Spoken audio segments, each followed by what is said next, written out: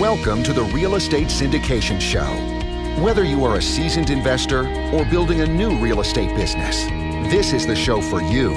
Whitney Sewell talks to top experts in the business. Our goal is to help you master real estate syndication. And now your host, Whitney Sewell. This is the Daily Real Estate Syndication Show. I'm your host, Whitney Sewell, and today our guest is Elisa Zhang. Thanks for being on the show, Elisa. Hi, Whitney. How are you?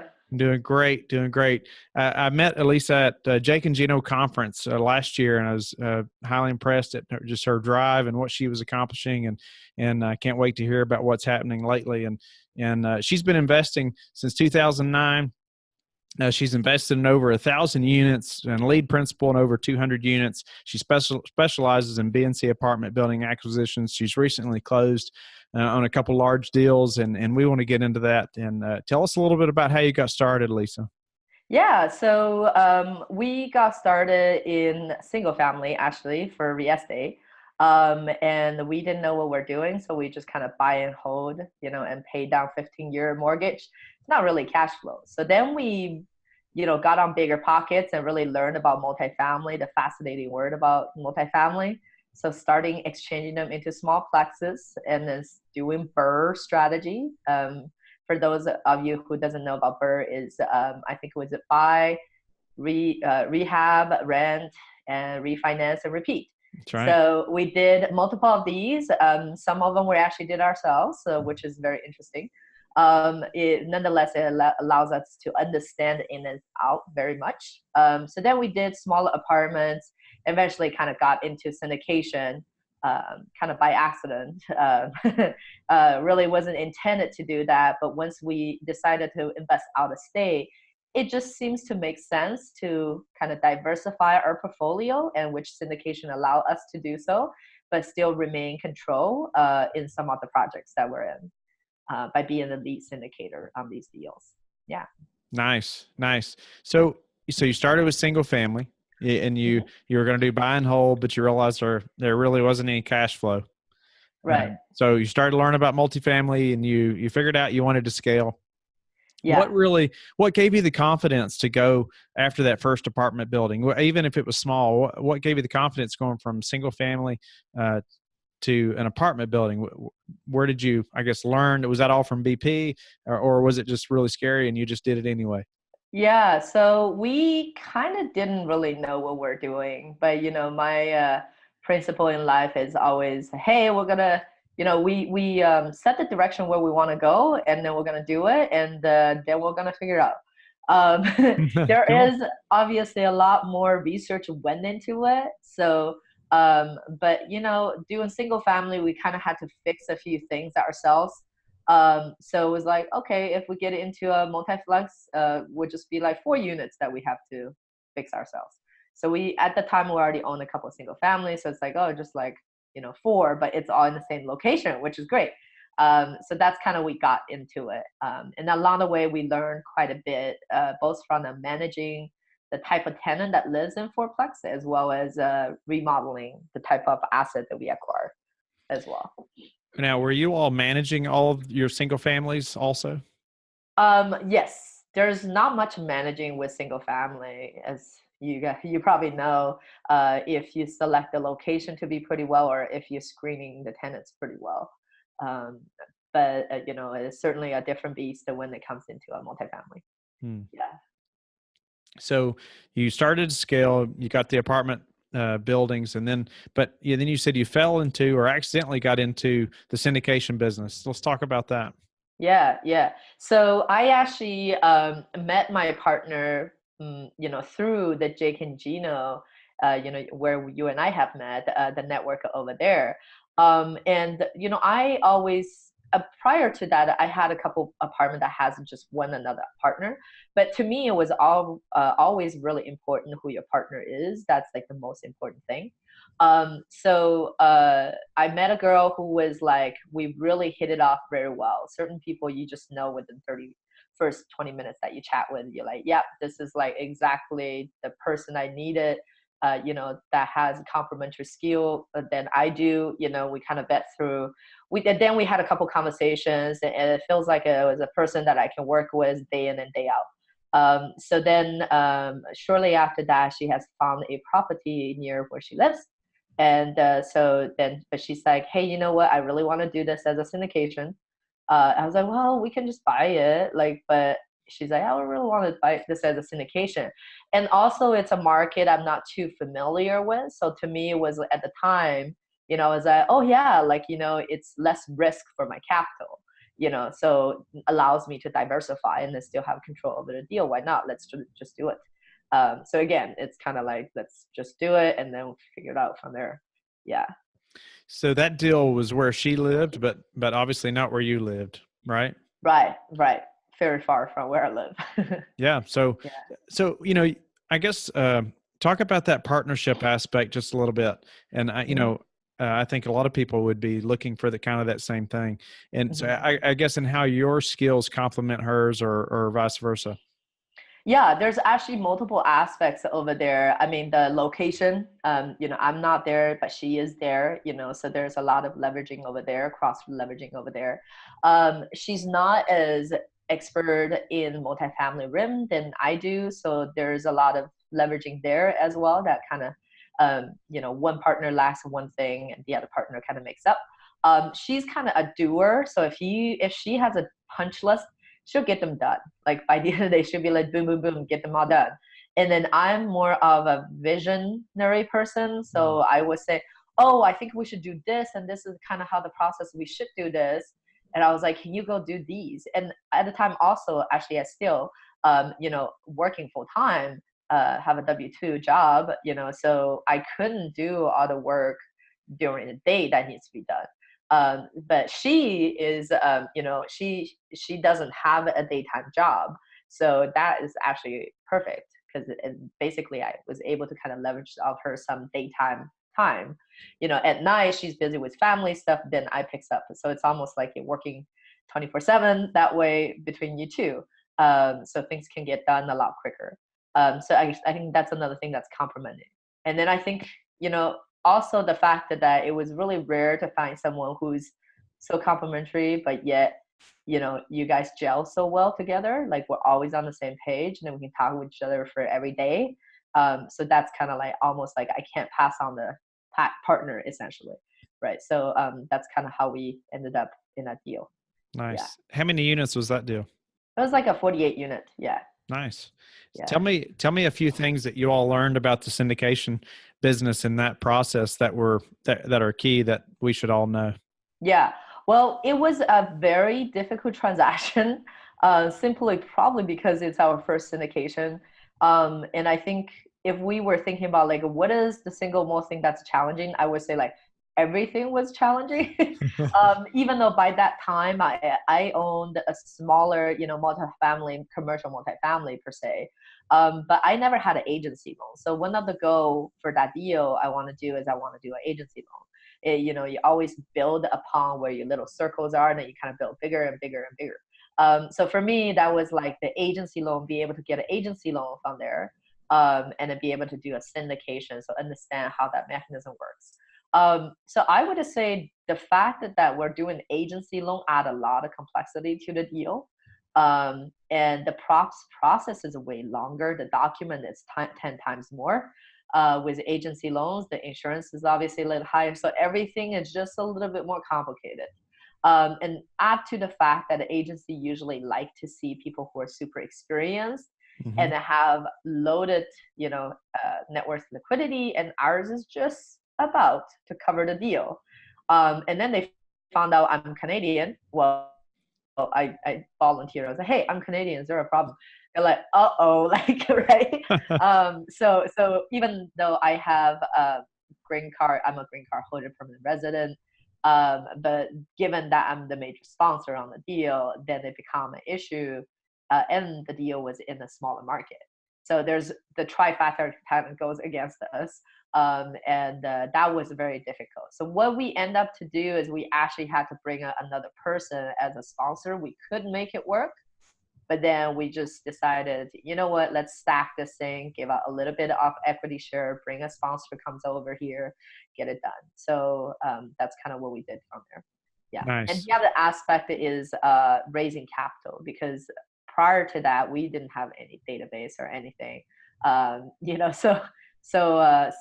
The big component of syndication is raising capital. So that was quite challenging, like going out there and trying to, get people to invest in your awesome deal was a little challenging as well. Yeah. Sure. Could you tell us, for the listener who hasn't heard of that term, like agency loan or agency debt, could you just elaborate on a little bit about what that is? Compared to the normal loan that most people would know of on a fourplex or their single family. Yeah, sure. So for fourplex, it's all residential loan. So that's the stuff that you can get from Fannie residential loan. It's the same as if you had on a single family, which is why, when we jumped from single family, went to a fourplex, because that's an easy transition from there. And then once you get into the commercial world, your first couple loan is probably going to be with your community banks, because you never have any experience and etc. And then there's the agency loan, which is actually a fabulous product. It's provided by Fannie and Freddie. They both have separate products for this. And you can't just go to Fannie to get a loan. You actually have to go through what they call a direct lender. So Arbor, my friend in Arbor, is one of the source, Arbor Lending, Bracadia, Grace Steel, that type of a few of these direct lenders. And you also have loan mortgage brokers who would typically, they will help you prepare the loan, present your case, and then they work with the direct lender and then essentially help you get the loan done. So brokers, for example, Old Capital or Magnolia Broker, there's local brokers I work with as well. So that's kind of how that agency loan works. And why do I go through the trouble to get that? Is because agency loans are non-recourse loan, which means if the building collapsed or like you did a terrible job on it or whatever, that you bankrupt, then they will go after basically just the building. The asset is what they use to basically the loan is hinged on. They're not going to go after your personal, monies and etc. With the exception, there's a bad boy clause, clawback clause, which, if you're caught as a fraud, they can still turn it into a recourse loan. But most of the cases, a non-recourse loan. So that's fantastic. Also, the agency loans are typically a better term. So they usually amortize the 30-year amortization versus, local community bank is 25 years typically. And then there's, they give you a good interest only if you have rehabs. Fannie gives you also loan that you can leverage their loan to do rehabs as well on top of it.